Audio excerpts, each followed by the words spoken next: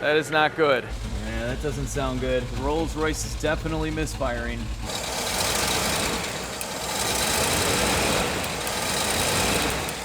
Doing the old Rolls-Royce misfire hood shake, because that's a thing. Hey guys, welcome back to LegitStreetCars. In this video, you get a 2-for-1 special, because we're gonna be fixing 2 of my broken cars today, one of which is right here. It's my 2001 BMW 540i, and this wasn't supposed to make it into any more videos. I thought I was done after the last one, but it's an old BMW, and the water pump decided to go out the day after filming. So we gotta fix that. And this will be the final video on my 1961 Rolls-Royce Silver Cloud 2.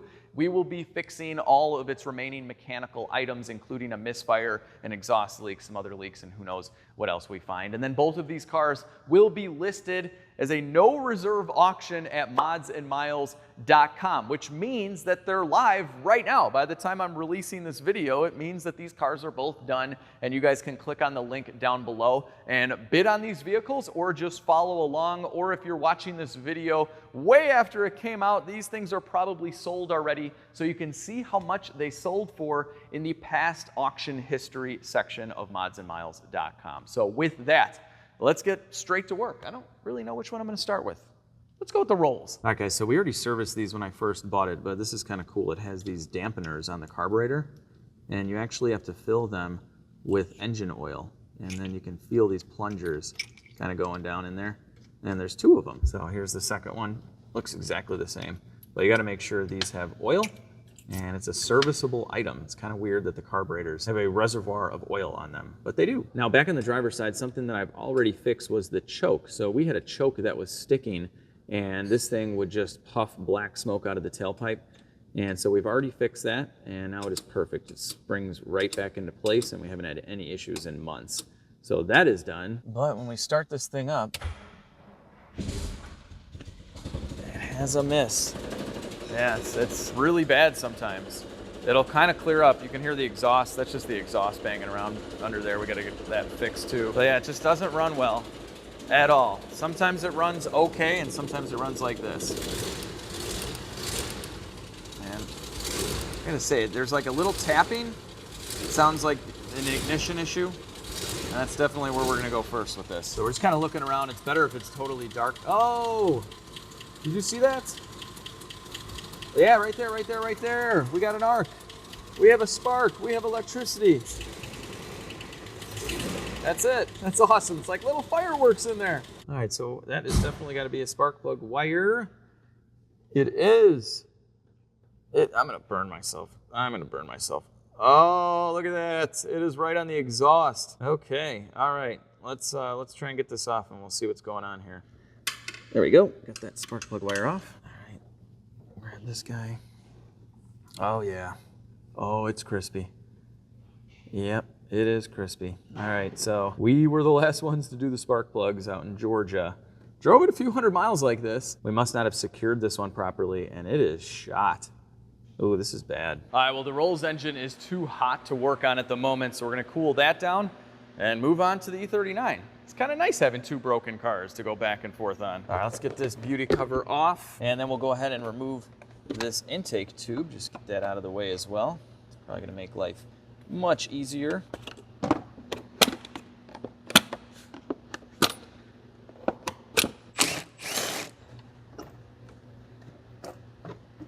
Okay. So you can see here that we have a little play in the pulley here, and so the water pump is starting to eat itself alive. So we caught this at a perfect time. It just started doing this, and I knew exactly what it was right away. So how good is this tool, Alex? This tool sucks. I pointed this out in one of the other E39 videos where we do a bunch of repairs and I had to take the fan off, but this is not a good tool. I got it on Amazon. I'll leave you a link to the good one, because after that video came out and I mentioned how horrible it was, people let me know which one to buy. It's supposed to hold 2 of these bolts so you can turn this, and it just doesn't fit very well. But we'll get it to go. Wow, this tool is just the worst. Now this is slipping off. All right. Let's use one of these. I have a 32 mil. That's all you really need. So both parts of the tool are not made very well. Peter, what was that snap? Ah, are you kidding me? This is the worst tool known to mankind. Peter was giving it a try. It was kind of frozen for me, and the tool literally just snapped off. Excellent. Okay, so I definitely do not recommend doing this, especially if you want to keep your water pump. So this is very, very bad for the water pump. But if you're replacing your water pump anyway, and you break your tool, you could, I guess, do this if you want.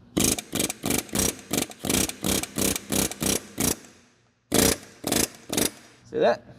There you go. So now we have broken that loose and we can spin our fan clutch on, and stay tuned for later in the video when we figure out how to tighten this guy back up without the proper tool. All right, before that, I got to show you some cool cars that are for sale on modsandmiles.com. I'm kind of addicted to looking at cars on this site. 79 supercharged Camaro. It's only at $6,900. This is a 48,000 mile WS6 Trans Am with a 6-speed manual. It's only at $7,000. Here's my 335i that just sold. They got $62,000 for this RS3. This ridiculous C63 sold for $85,500. But you got to check out this 2007 328xi. This is a turbo LS swapped 6-speed manual transmission BMW wagon, and this swap is so cool. Look at this engine. There are dyno videos and walk around videos and everything on modsandmiles.com. This is such a cool build. Here's a one owner supercharged Yukon Denali, and it's totally free to sell a car, and you can get financing and set up shipping right from the website. So I'll leave a link down below. This is a cool new enthusiast auction site that all of you guys should be watching. Oh, and Mods and Miles is doing a $500 gift card giveaway, and it's totally free to enter. Just follow Mods and Miles on Facebook and on Instagram for one entry to win, and you're gonna get 2 more if you make a free account at modsandmiles.com, and an additional 3 entries if you create a free bidders account. So they're gonna announce the winner on Facebook and on Instagram August 13th, so good luck. All right, get this belt out of the way. It's in pretty good condition. All right, so we got this hose off of here, and now this guy should come out. There we go. All right, there we go. There are a decent amount of things that get in the way of doing this water pump, and this was one of them.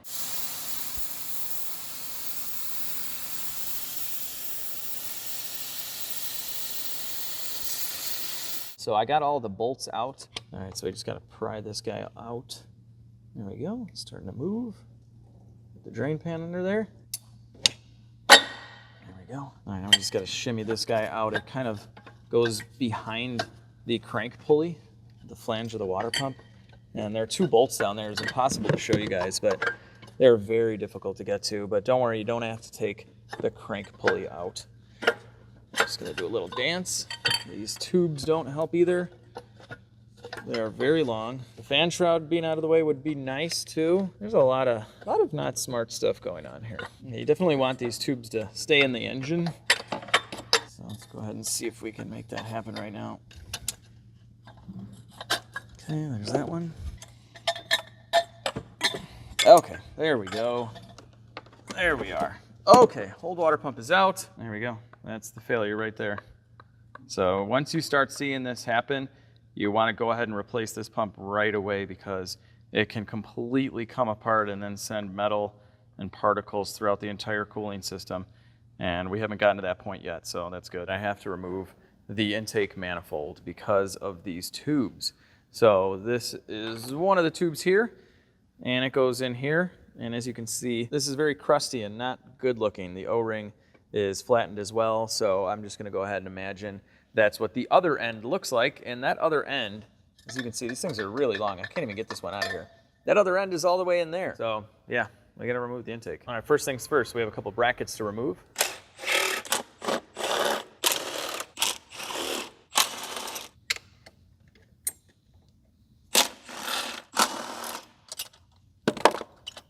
All right, get this guy out of the way. So we have to take these BMW valve covers off. And there's just a couple of bolts, and then it just pulls off like so. And the reason we need to do that is we need to move this entire chunk of harness that goes to the injectors and the coils. We need to move that out of the way. So we'll disconnect each one of these. Kind of wish I knew of this problem when I did the valve covers, because I had this stuff taken apart anyway, but it wasn't making noise then. All right, there we go. All right, so now this will move out of the way. We'll have to do the same to that side as well, but it's a start. Oh, and let me tell you, these connector clips right here are a pain in the butt because you really can't get to them. Here, I'll show you on this side. You can't really see anything, and it's right there. See that shiny clip right there? You have to pry that out on each one of them. They're buried. And once you can get them off just a little bit, you can pull this up, and a lot of times they stay with the injector like that. So make sure to fish those out along with a random hose clamp that's probably been sitting there for years. All right, let's get this one out. There we go. All right, so now we can kind of sort of pull these things out of the way. There's still a lot connected to them all over the place, but at least now we can manipulate them and get the intake out, I guess. I've never done this job before. Doesn't look fun though. Oh, here's something we can disconnect. Yay. I disconnected a connector here, one at the alternator, so now this guy can kind of just lay over here. And we'll disconnect this too, and we'll pull this guy out as well. Just give us a little bit more room. This part of the harness here is going down into the depths of the BMW Bermuda Triangle, so I'm not gonna mess with that.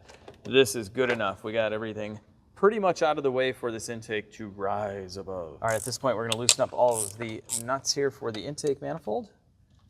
And I believe we can just take this out with the fuel rail and everything. So we have to disconnect the fuel line from the rail.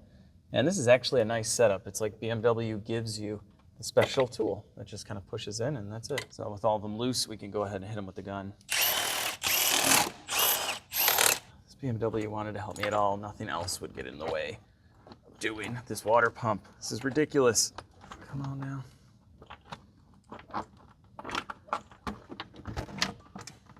All right, it should come out. There we go. Oh shoot, there's another tube. There's another tube. What is wrong with you? Yeah, we got this tube here that's holding us in. What in the world? How does it? Oh no, oh that's it. Oh, there we go. Okay, so there's a tube on the inside that was hanging us up. But yeah, I'm glad this happened to me because I was just about to list this thing and sell it, and this would have definitely gone bad for the next guy. I'm happy to take care of it for you, whoever you are that's going to own this car. Alex? Yeah. So, supercharger? No. No. We're selling. No supercharger. We do have a lightning supercharger, an extra supercharger left over. Every time an intake comes off, an angel gets its wings. Wait, so where was that tube connected to? On here, this little bling bling. This little spring-loaded thingy? What in the world? So is there more stuff we got to replace? There's another seal. While we're in there, do we have to replace this whole thing? We got to look that up. Oh, man. So anyway, this is what we're dealing with. This is that big tube that we couldn't get out, and it slides right into here. This slides into that little spring-loaded plasticky thing on the back of the intake, and then the other tube that's right here slides into there. So that's why we are removing the intake, because these are probably very, very old. Yeah, they feel horrible. Let's take a look here. Yeah, this is not in good condition at all. We would have had a leak or a slow leak. It would have been an issue for the next guy. So I'm glad we're doing this. And if you look in here, well, that could have been from the hose that was leaking before. We do have a lot of coolant. So either way, this is a nice thing to do for the next guy. All right, you're gonna get new seals and everything, next guy. Now on a super positive note, port injection is awesome. Look at these valves, so clean. Don't need to do anything with these. You can't say that with any of the direct injected BMWs that came out later. These are sweet. You guys gotta check out this distributor cap and how these spark plug wires are held in. It's very interesting. You saw the adventure reveal video of the Rolls-Royce, then you know where I'm going with this. Okay, so we just take off a couple screws, and then we have to unplug the center coil, just like that. The wires are just folded over, and that's how it makes contact with that. And you just pull this cap off. This cap is literally just a plastic cap. It just holds the wires down. And with the cap off, you literally just pull up on these wires, and they are pierced. So you can see there's actually a hole right into the spark plug wire end. There's nothing, there's no clip at the end of it, no 90-degree that snaps in, nothing, just a hole, that's it. And there's the spike. So we'll definitely clean that up a bit and replace this spark plug wire. And when I was pulling it out, it just snapped in half. This is where it melted onto the exhaust, so it's just super brittle. Now, unfortunately, I can't find Rolls-Royce specific spark plug wires very easily. I had ordered what I thought was a direct fit And then these came in. So as you can see, we would need to cut this end off, which is fine. We can do that.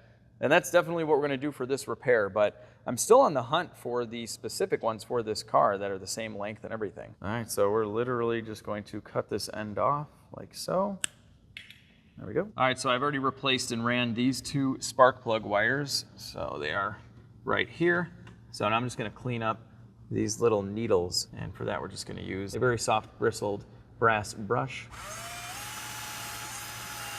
All right, so I'm out of electrical contact cleaner, so we're just going to use a little mass airflow sensor cleaner. So anything that's safe on electronics is what we're going for here. And I'll blow it off.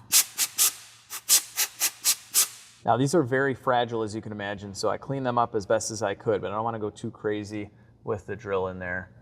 I don't think we were having any issues from this area anyway, but we're just going to use a little bit of dielectric grease on these pins. And at this point, we are just going to push this down. So I'll just get it started. And I don't want to poke my finger, so we'll use the tool here to push it the rest of the way. Like that. There we go. All right, guys, well, I replaced a couple of these spark plug wires, but I just don't have enough of them that are the proper length.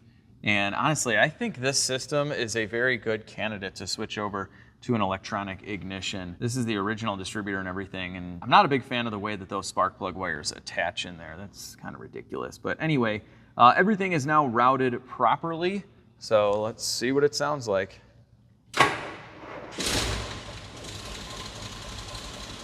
All right, I can already tell it's much better. Way, way more smooth. Yeah, the engine's not shaking at all. Look at this. That's really nice. And look at our hood. Yep, that is still too. You can see it against the white there, the white wall. That's perfect. That is the test. That's the official test. Give it a little gas, Peter. Yeah, right off of idle is beautiful. So obviously we still have an exhaust leak right now. We're gonna be fixing that as well. But it is smooth. And for such an old engine, for such an old setup, old technology, it's just a smooth running engine, period. It's beautiful. All right, so with the engine running well, we're about to bring it to the exhaust shop, and they also have an AC machine there. So we're gonna play around with the air conditioning, but this is factory air conditioning. This whole unit back here is original, except the lines have been replaced. As you can see, it says Goodyear there. That's not from 1961. So little parts of this have been done, but this is how Rolls-Royce ran their air conditioning. It's only in the rear. So right now, we are reconnecting these tubes right now. We have the blower motor on just to make sure it works before we put the little panel back.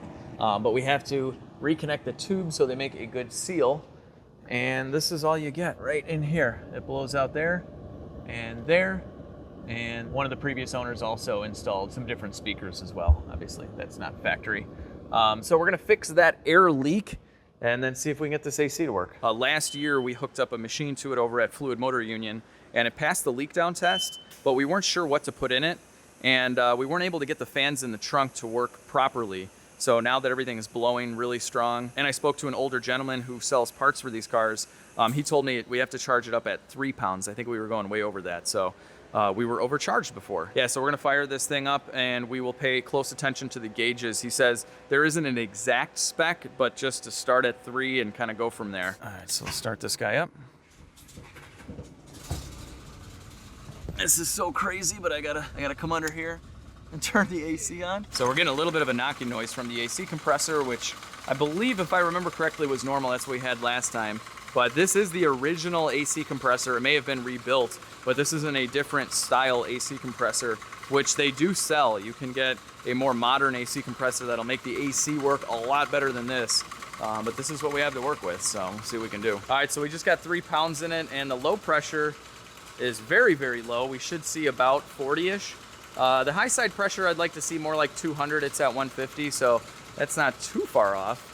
But yeah, I think we're gonna have to go a little bit higher. We'll do another half pound, see what happens. So we're using the AC compressor to kind of suck this in. Yeah, that's definitely the sound of the AC compressor. Giving a little bit of fuel here. What do we got? Okay, low side. It's definitely higher now. Oh, there, it's dropping. It's dropping. No, stop. It's too low. Going down. Oh, bottomed out, man. Now check it out. We do have, this is ice cold. This is frost right here on the low side line. Oh, AC compressor is working. All right, let's see what we got here. Oh, it's definitely colder than the outside air. That is for sure. It's not freezing like a modern car, but the Rolls-Royce expert that I spoke with said these AC systems just, they weren't like what we expect them to be now. They just don't perform that well, but this is decently cold. Like, it could get cold in here. So check this out. There's a little access hole so you can get to the rear AC unit. See, it says cooler up there. So we're on level 7 cool. You have to adjust that from the trunk. It's kind of goofy. Oh, and look, it has a manual gas popper right here. Watch how this shoots out. Bam! That's just for emergencies. It's got an electronic switch right here for the gas. See? Look at that. This is cool. So we put another pound in here and you can see it's fluctuating. I have a feeling the AC compressor is going bad. It just has little pistons in there. They just wear out just like an engine. And who knows when the last time that was rebuilt. So we got a little bit of pressure on the low side, but not much. All right, so I just turned the AC off, so now you don't hear the compressor any longer. But yeah, we're getting a little bit back there, and that line is getting cold. So maybe while it's cruising, it might be enough to kind of keep the back passengers cool. I'm not really sure. All right, I'm driving the Rolls back to the shop. This thing is running and driving beautifully. And we fixed the exhaust leak already, but the shop didn't get any footage or call me when they were starting on it. So unfortunately, I'm not able to show you guys that, but I can let you listen to the engine when we get back. But yeah, I just wanted to show you this view here, guys. It is an absolute pleasure to drive this thing. Even at 70, 80 miles an hour, it's a dream. The suspension is so, so nice.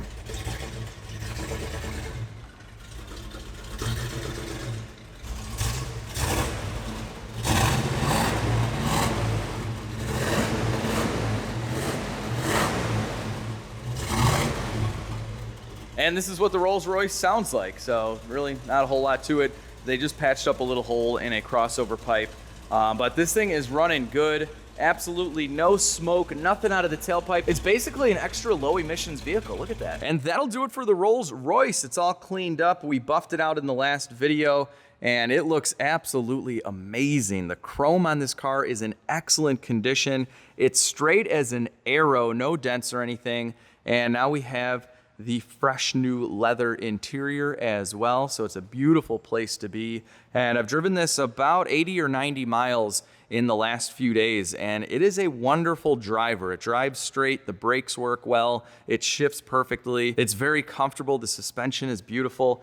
So yeah, it's a nice driver Rolls-Royce, and it will be for sale now. I just have to go take some pictures of it, and that's it. It's getting listed on Mods and Miles. So with that, we have to continue with this. And the engine was nasty after we took the intake manifold off.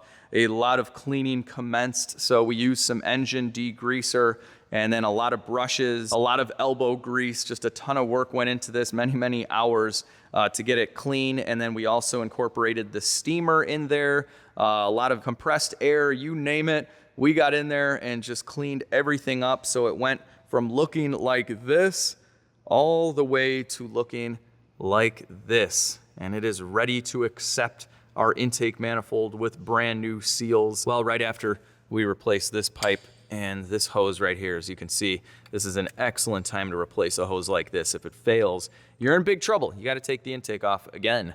So we're gonna go ahead, replace that pipe, get our water pump in. This mating surface is all cleaned up as well. And yeah, we can go back together with the E39, and then this too is gonna be an excellent driver. Before we put this water pump on, we are gonna swap out this AC belt. It's in really bad shape.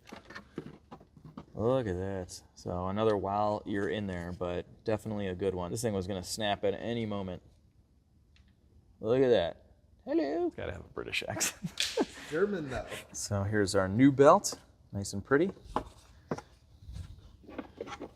Push the tensioner down, slide this guy on there, and there we go. New belt. Okay, so this water pump gasket came with the water pump, but I don't really like that one. We're gonna go with this guy here. Just a better gasket with this little red ring for extra sealing power. So we're gonna go with this. So they give us dowel pins for the water pump, which is great. So we already put the seal on there. And before we can install the water pump, we need to install these large tubes that sit underneath the intake. And here's one of the O-rings that goes into that housing. This wasn't gonna last long. So let's dig this guy out as well. Ooh, nasty. How did this seal? Surprised there wasn't a leak. there should have been a coolant leak. No, I guess this one's not as bad as the other one, but still in rough shape. So I'm just gonna go around in here and just kind of clean up some of the rubber goo. We'll get this nice and shiny, ready to seal. I'm a big fan of using this big funnel with my shop vac to vacuum little areas, so then you have a very concentrated nozzle. And then we can do stuff like this. I'm sure that they make a nozzle attachment for that, but we're recycling here. It's an environmental channel. All right, so I'm just using a little bit of grease, my Mercedes grease that I love to use. And I'll lube this up. Okay, so we've already cleaned up the end of this pipe here. There we go. That is a nice positive engagement. And we'll install this little guy as well. And there's just something extra satisfying about replacing a part that's in rough shape but hasn't technically failed yet. Because you know you just saved yourself a ton of headache from something that was going to break and cost you a ton of money, but you probably just fixed for a few bucks. One last part under the intake manifold is this guy here. And it just pops out. And this one has a little O-ring right here, also another part that's probably likely to fail. So the new part is the entire tube with this little spring dealie that we saw there on the intake manifold. So we should be able just to slide this guy back in like that. All right, so now we can install the water pump, and it just kind of gets sandwiched in between the block and the crank pulley. All right, so before you bolt the water pump up, you have to line up these tubes and get them to slide in. So this is kind of a little bit of a song and dance here to get everything to go, because you have to line up the dowel pins on the water pump at the same time, which is kind of a pain. There we go. So you can see there the water pump is flush against the block. Our tubes are properly seated. Now we can start tightening up all of the bolts in there. Another while we're in there is this back cover for the intake manifold. This can crack and leak air, cause check engine lights, rough running issues, and lots of other things. So definitely a good part to replace for the next guy. You're welcome. That part was about $80, so not too bad while we have this off.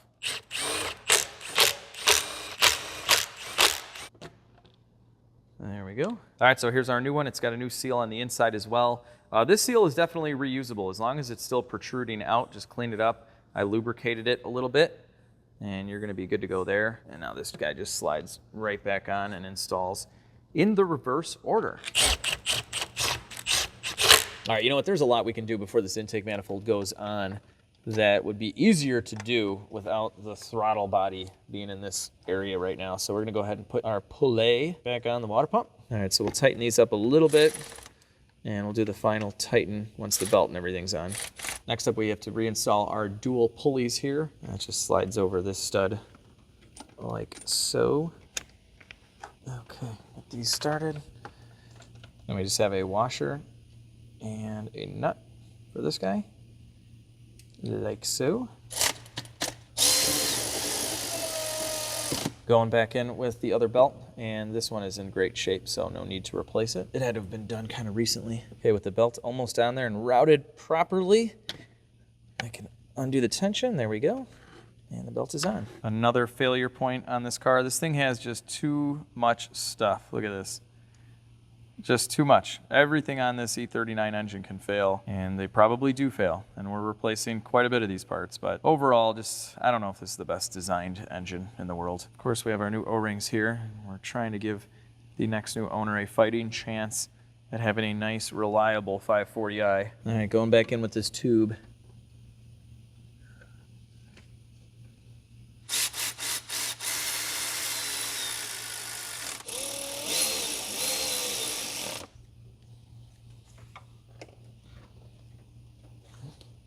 All right, we're going back in with our new clutch fan that we replaced a few videos ago.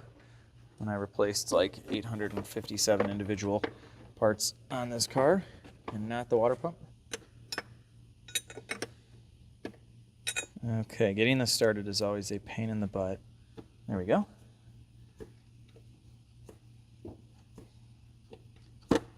All right, I just jammed a screwdriver in here. Okay, we'll tighten it up.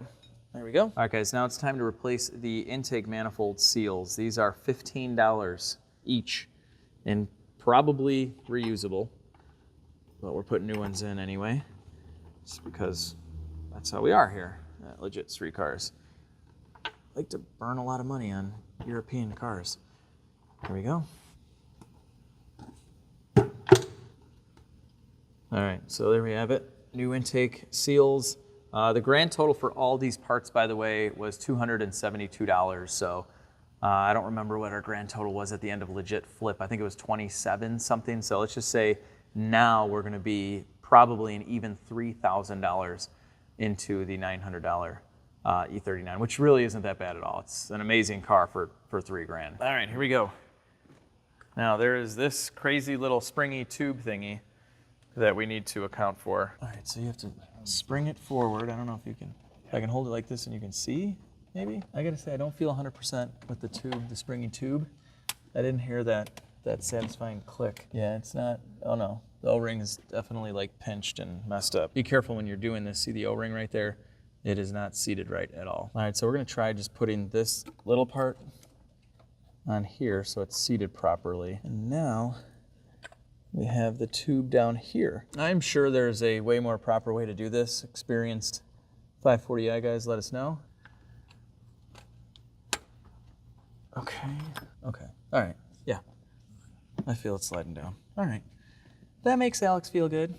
I like that, yeah. Oh, fuel line, yeah, we should probably have taken that out. Okay, there we go. All right, those intake seals on there good. Everything's good, our springy tube's good. Yeah. Are you good? I'm feeling good. I'm feeling good too. Max behind the camera, how you feeling? Max is good. All right, let's bolt her down. All right, so I put everything back together. And now we have some very nice BMW coolant. There we go, pretty in blue. Only the best for my $900 E39. That's actually a $3,000 E39. And will hopefully sell for at least double that. I always thought this guy was pretty cool. It's a little level bobber dealy. See, it's going down. It's going down now. Where are you going, little buddy? All right, so we're gonna mix this 50-50 with water, and let's fire it up.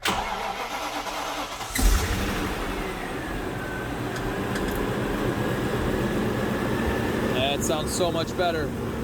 No more wobbly water pump. No more horrendous grinding noise at start. And this engine just sounds beautiful. So if you guys remember in one of the videos, we borescoped inside the oil pan. I pulled the oil level sensor out and we borescoped, and there were no plastic guides whatsoever. That's a big failure point with these.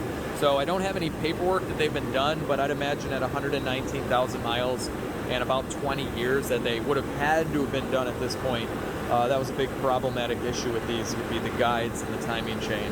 But this engine shows no signs of any issues with that, no check engine light, nothing. It runs smooth as glass. And now it's gonna cool. It's gonna cool smooth as glass? I don't know how it's gonna cool. It's gonna cool like really cold. It's gonna keep it cold. I mean, you know, operating temperature, you know what I mean. It's gonna cool properly. All right, guys, with that, I am done with both cars, and they are live right now on modsandmiles.com, so go check them out. Check out everything else they have on the site as well. And I really hope you guys enjoyed this video. We were able to combine two very different projects into one video and finish both of them. They will be gone from Legit Street Quarters in about the next 7 days or so. Hopefully the auction ends well. But anyway, if you enjoyed the video, give it a big thumbs up, share the video with your friends, subscribe if you haven't already, and most importantly, have an awesome day. I'll catch all of you in the next video.